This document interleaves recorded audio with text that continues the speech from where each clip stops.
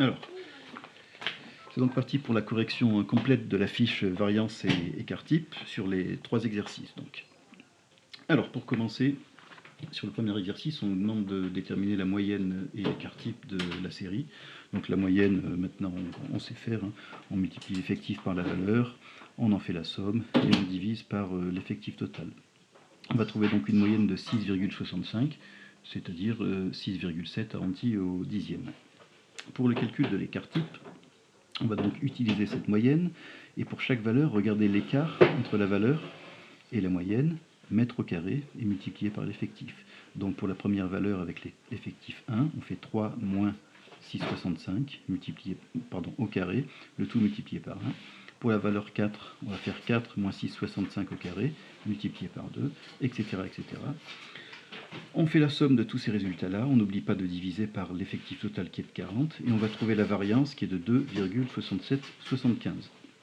Pour calculer l'écart type, donc ici j'utilise la lettre sigma, mais par la suite j'utiliserai la lettre S, on va prendre la racine carrée de la variance, c'est-à-dire qu'on va trouver 1,64, 1,6 arrondi au dixième. Ce résultat, il signifie la chose suivante, il signifie que Nicolas s'écarte de sa moyenne, la moyenne qui est de 6,67 buts par match, de 1,6 buts en moyenne. Ça veut dire que ce 6,65, il est relativement représentatif de la série statistique. On en reparle sur l'exercice 3. Pour l'exercice 2, qui est un exercice calculatrice, pour la question A, je vous fais confiance sur l'utilisation de la calculatrice, mais il y a des tutos qui sont en ligne que vous pouvez utiliser.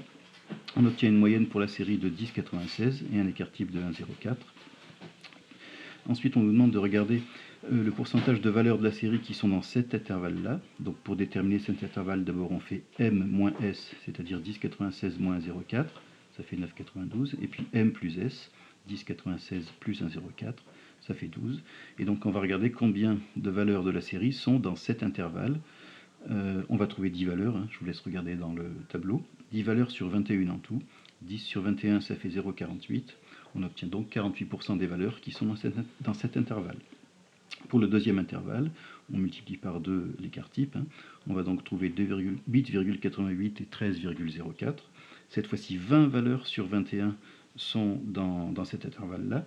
Il y a simplement la première valeur qui n'y est pas. On obtient donc 80% des valeurs dans cet intervalle-là. On passe à l'exercice 3. Pour l'exercice 3, j'ai commencé par regarder le centre de chaque intervalle, donc 32,5, 37,5, etc. Ça a permis de calculer la moyenne en faisant 1 multiplié par 32,5, 16 multiplié par 37,5, etc. En divisant par l'effectif total, on obtient 46 minutes en moyenne. Et pour l'écart type, donc j'ai fait la même manip que tout à l'heure, pour trouver cette fois-ci 8 minutes comme écart type. Alors dans la question B, finalement on nous demande comment interpréter ces deux résultats. Est-ce que la moyenne finalement représente bien cette série-là? Eh bien, ce qu'il faut comprendre, c'est que ce 8 minutes, il signifie que en moyenne, les coureurs s'écartent de 8 minutes par rapport à cette moyenne-là, ce qui est finalement assez important. Et donc la moyenne ne va pas bien représenter la série. Ça s'explique de façon assez simple, c'est qu'on voit que finalement cette série est assez dispersée. On voit qu'il y a un effectif de 16 pour cette valeur-là, ensuite l'effectif baisse, et puis on a un effectif de 12 pour cette valeur-là. On voit ça très très bien sur l'histogramme, zut on voit rien du tout parce qu'il y a un reflet. Voilà l'histogramme de la série, on voit bien qu'il est complètement dispersé, hein. C'est pas une forme qui est assez harmonieuse ou quoi que ce soit. Il y a un pic ici, puis un troisième petit pic ici.